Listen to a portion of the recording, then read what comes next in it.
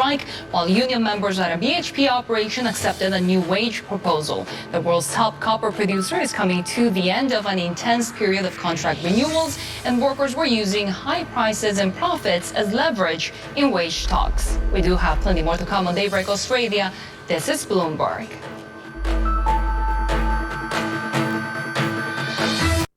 Mom, I don't want you to worry or be afraid. I'll be there for you, and we'll figure it out. The following is a paid program. The opinions and views expressed do not reflect those of Bloomberg LP, its affiliates, or its employees. Hi, I'm Jane King, and thank you for watching. This show is all about public, private, and blockchain companies. We bring you the innovators behind the companies making the headlines in that space. Some are sponsored, some are invited. All are curated and focused on telling you, the viewers, their story. Here we go.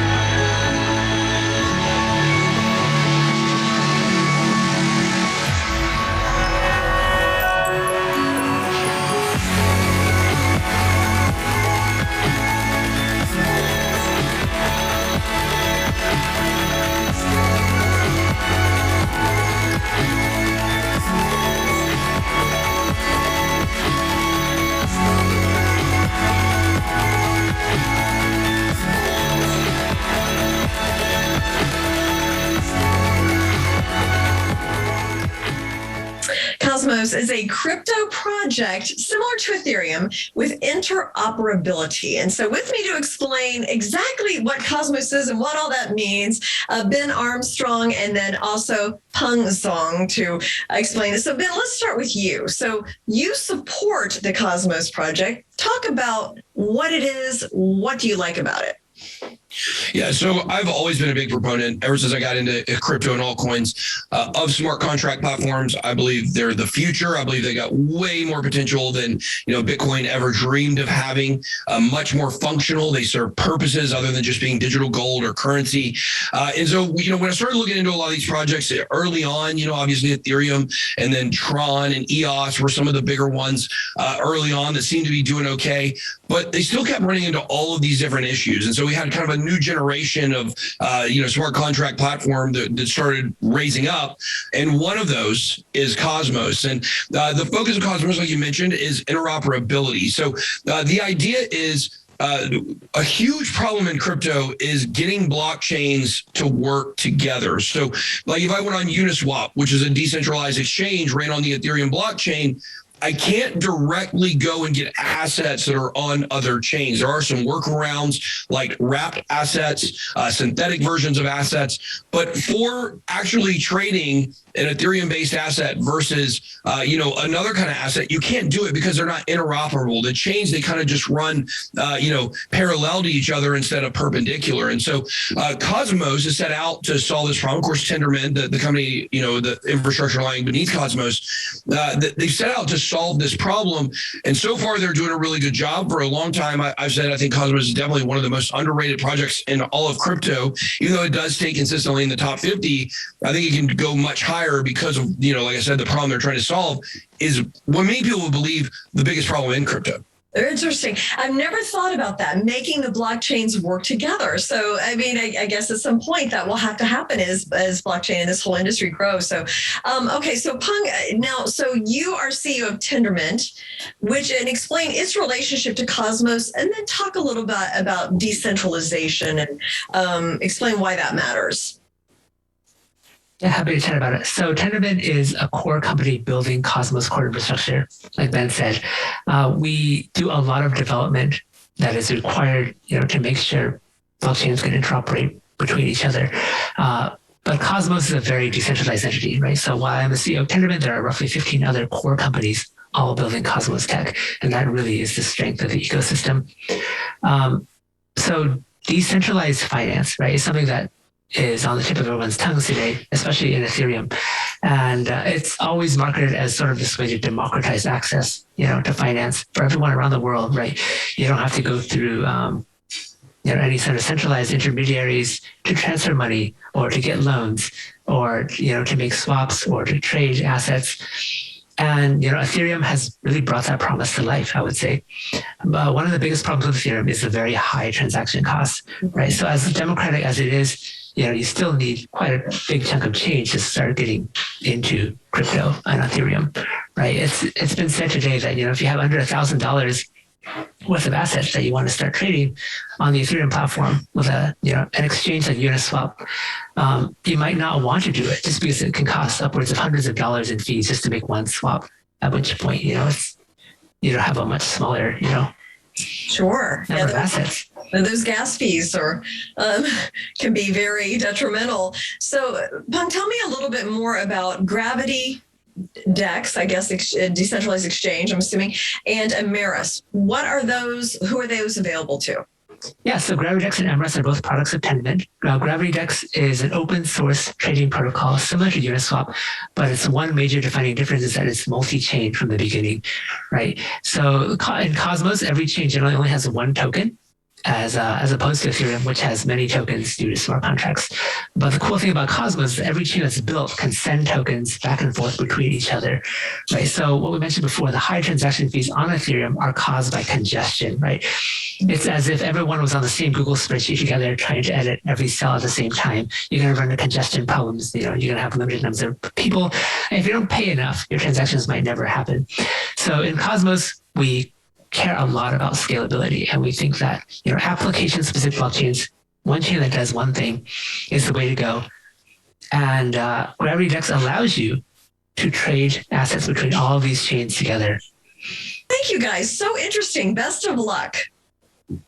Thank you. Thank you. Thank you so much, Jane.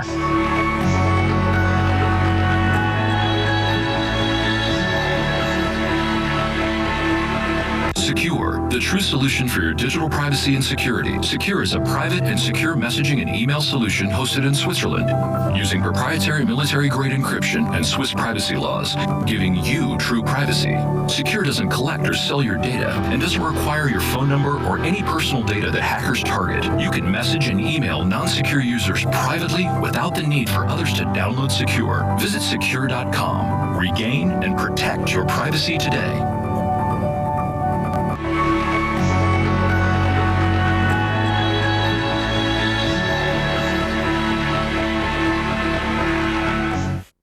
Akash Network is a marketplace for unused computer capacity. Welcome, Greg. And you're a seasoned developer, entrepreneur. You got 25 plus years of experience. So tell us a little bit about yourself, how you came up with the idea for Akash Network. Thanks, Sharon. To simply put, I build things for people that build things.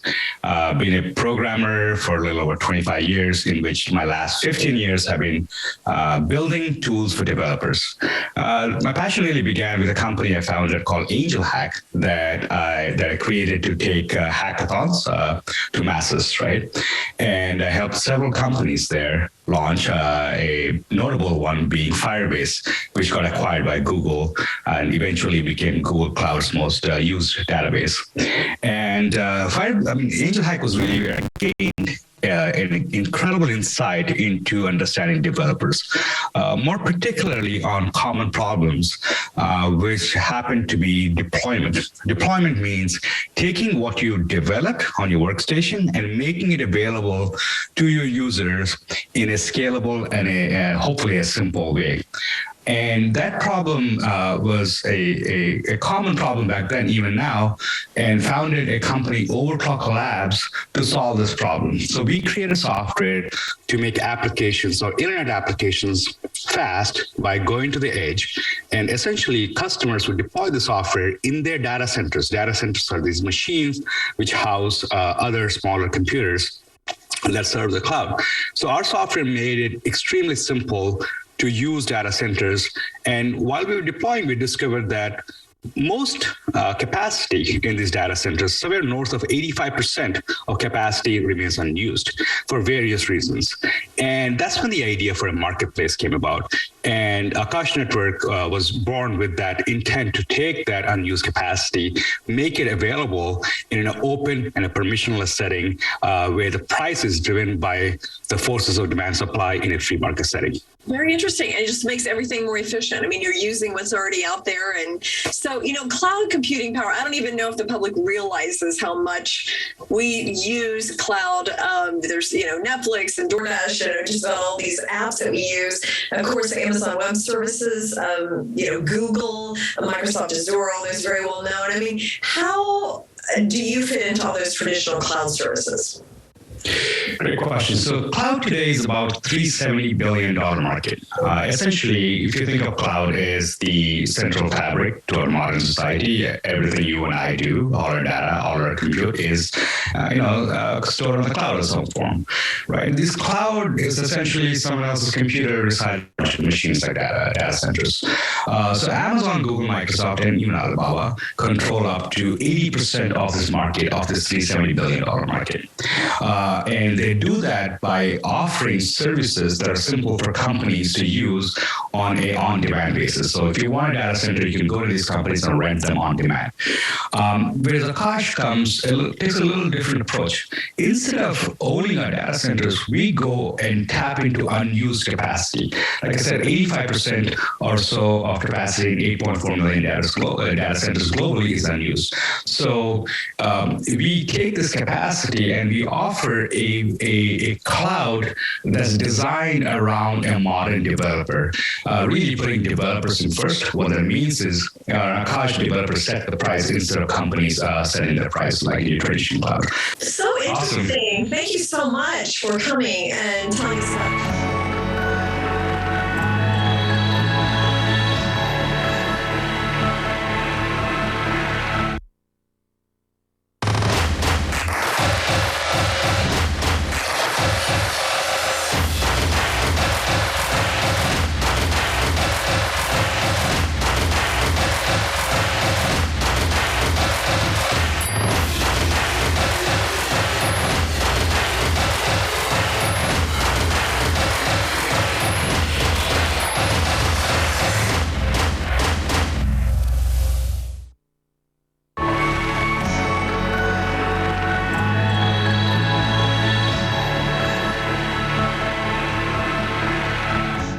We're back with SportemonGo CEO Rick Jackson to tell us about some updates. And Rick, I understand you had kind of an exciting thing. SportemonGo was a major sponsor for the Jake Paul Woodley fight. Can you tell me about that? I mean, that was huge pay-per-view, right? With the biggest so far this year. Am I right? Yeah, you're right. They were saying it would probably be one of the biggest, but I heard the figures that it was the biggest. Okay. And so to be on the canvas and sponsoring the Ring Girls for such a major event that, went to millions and millions of homes was quite fantastic. And then you've also been on an impressive list with some big stars as well. Talk about that and all these exciting things that you have going on. Yeah, so we've hit the ground running, and I'm lucky I've got 30 years worth of business experience and credentials and networks, and so through that we've been able to get to lots of meetings, and Corey's been in the US based, and he's met with Manny Pacquiao and Wilder and Top Ring Boxing, and then of course that led to the opportunity to sponsor Showtime pay-per-view, and we're very happy that's exposed our brand to the global market now. Yeah, no, that's huge. What do you dislike about doing these deals, signing players, working on teams for the app? I mean, how does the whole process work, and what do you like and not like about it? Well, I think Corey's got the fun part because he goes to all the red carpet events in the front row at the ringside and, gets a photo with the stars. And I do all the contracts and send it home in COVID lockdown. So he's definitely got the best part of it. But look, there is some challenges with travel during these times. And actually, Corey would have been here today, except he's probably been caught up in that. But we've been doing this for a long time, so we understand that negotiation can take time, and it's got to be a win for both parties. And sometimes it just doesn't work out for that one time. But if you have good relations, then there's always down the road, and that's always worked pretty well for us. Yeah, no, that's actually excellent advice for anybody in business because timing may not be right at that particular time, but if you have a good experience, it may make sense later down. So I think that's absolutely good advice. So now, when people typically would go to a sporting event, there'd be a collectible. Do you plan on getting into anything like that? Yeah, absolutely. So depending on the sport, we're looking at things like game day minting. So when you go to an event, you'll get a special NFT for that day, and you can only get it for that day. And so it may be available at the physical stadium, or it may be from your lounge room, watching Showtime or ESPN or one of those major sports networks. But it's only available for a short time, and we call that a limited mint period. And the moments, the magic moments and memories that are created on that day, captured in NFT, only available for a short time, straight into our app or on our website. Okay, we'll look for that. Thanks, Rick. Good to see you again. Thank you very much. Cheers.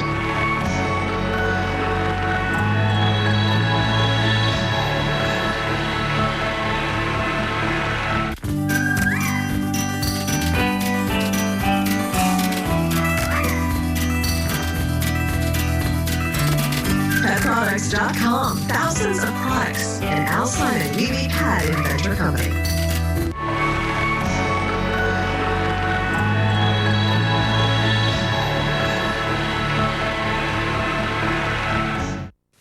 Kylin Network is building a cross-chain platform powering the data economy on Polkadot. And with me is the Chief Stratosphere Officer. Is that right? That's correct.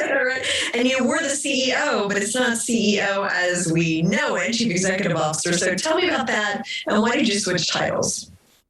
Yeah, so it was always in the cards when we began Kylin Network that we would move to a DAO, which is DAO.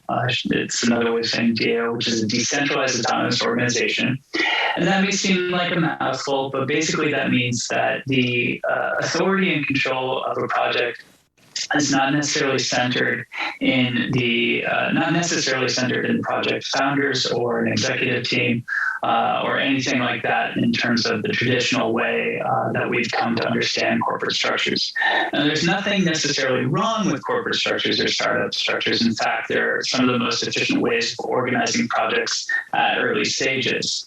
However, it was always our long-term view to organize Kylin in the sense of a DAO, in the sense of the community eventually coming to take control. And indeed, we have sort of this 5-step process as we move more towards the governance and authority over the decision-making about the future of Kylin sitting in the hands of community members themselves.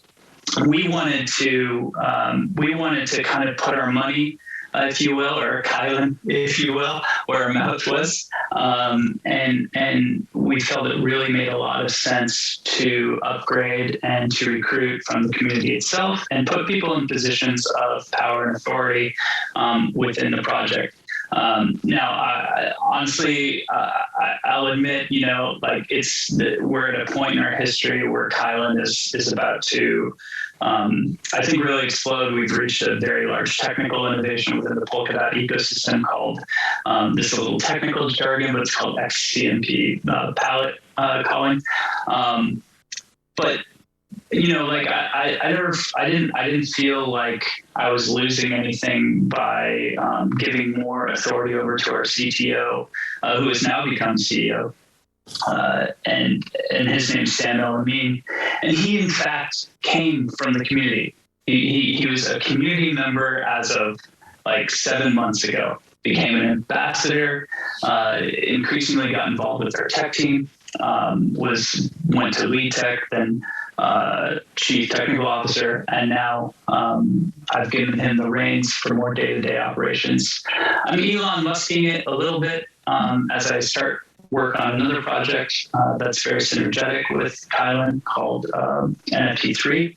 We're working on a virtual identity layer But yeah, I mean, I'm taking a sort of, I call it Chief Stratosphere Officer, because I'm taking more of a high level view of the project. And Sam is leading it, and we're putting our money where our mouth is when it comes to organizing on a principle of what we call DAO in practice, which is everything is oriented toward, that initial vision that we put forward almost a year ago now, of orienting this toward a community governed project. Thanks again for joining us. My pleasure.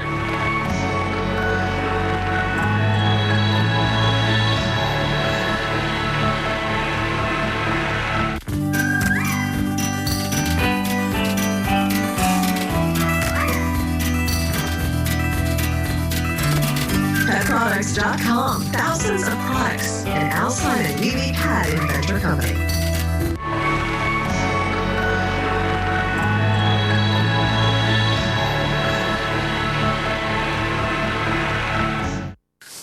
Hello, I'm Jane King, and with me is Yuri Sorkin, the founder and CEO of 3Commas, which is a cryptocurrency trade automation platform. So, Yuri, welcome. Great to have you here.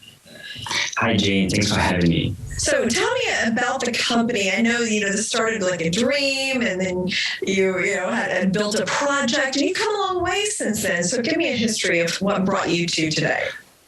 Definitely. So when we started getting involved in crypto around 5 years ago, we realized that the crypto space is missing a lot of the tools that were available on the traditional markets for years. So you have to understand that there is this main difference between crypto and the traditional world of finance, I would say, where in crypto, a person controls his own money. So we call this the era of be your own bank. However, we quickly realized that the tools that were available from banks and or brokers for years were not available in the crypto space. So this is happening because this being such a new industry and new technology. The first businesses that emerged were crypto exchanges, and crypto exchanges were and still are much more focused on obtaining new users and scalability and providing these users with good service than actually building tools for them. So we saw this opportunity and we had this vision of building a platform that will provide average traders with a simple UI and great experience to trade crypto. Mm-hmm. So what are the tools and why are they important? Yeah, so you should think of any person who will come trading crypto as a person who wants to make money. And usually this will be a newcomer. I would say 90% of the space are not professionals. And the tools are critical because the only way this person can actually start making money is to learn some trading strategies, and then he will have to execute them. So how will he do it? Actually, he will only sit in front of his computer like 24 hours per day, being worried about making a mistake or maybe making some wrong call or something. And he will essentially remove himself from the presence of his usual life. You will see a lot of people getting, anxious and stuff. And now the professionals that were trading like stocks or forex for years, they would have this group of engineers that would code the strategies for them, because for a person it's not really a scalable story. And what we do at 3Commas is that we provide people really simple to use user interface that requires no coding knowledge from them, that will allow them to build, test, and execute their strategies without. Okay, well, thank you, and congratulations on how far you've come, and good luck as you move forward. Thank you, Jane. Thank you.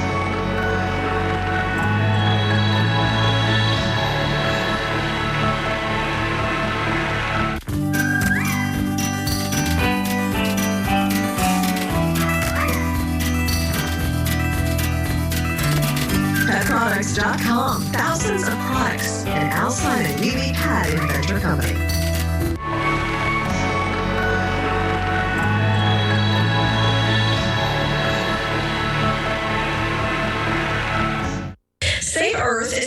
planet through investment in crypto. And with me is CEO Kenneth Churchill to explain what Save Earth is all about. So Kenneth, give me an overview of what you're doing and why.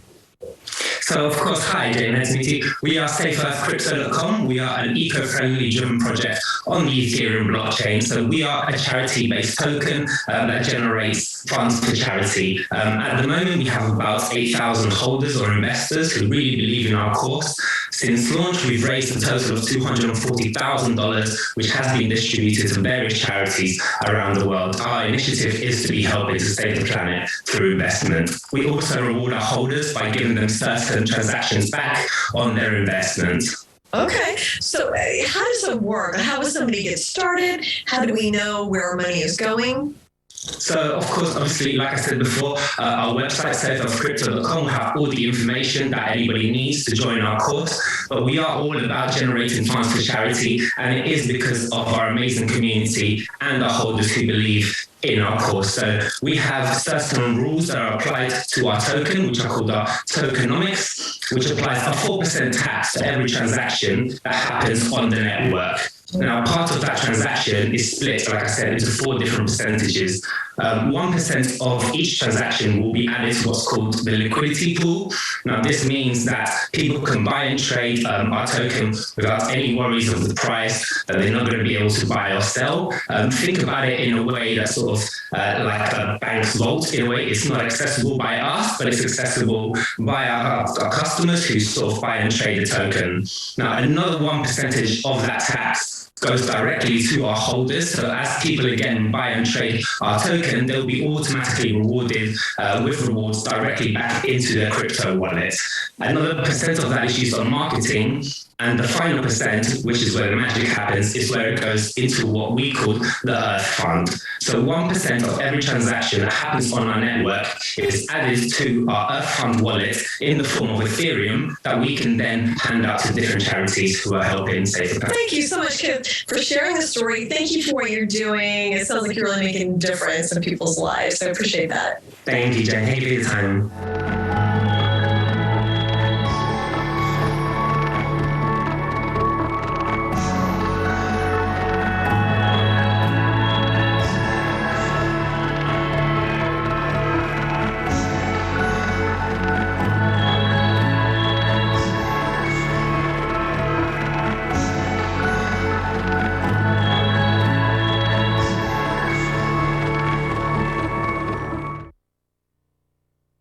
The proceeding was a paid program. The opinions and views expressed do not reflect those of Bloomberg LP, its affiliates, or its employees.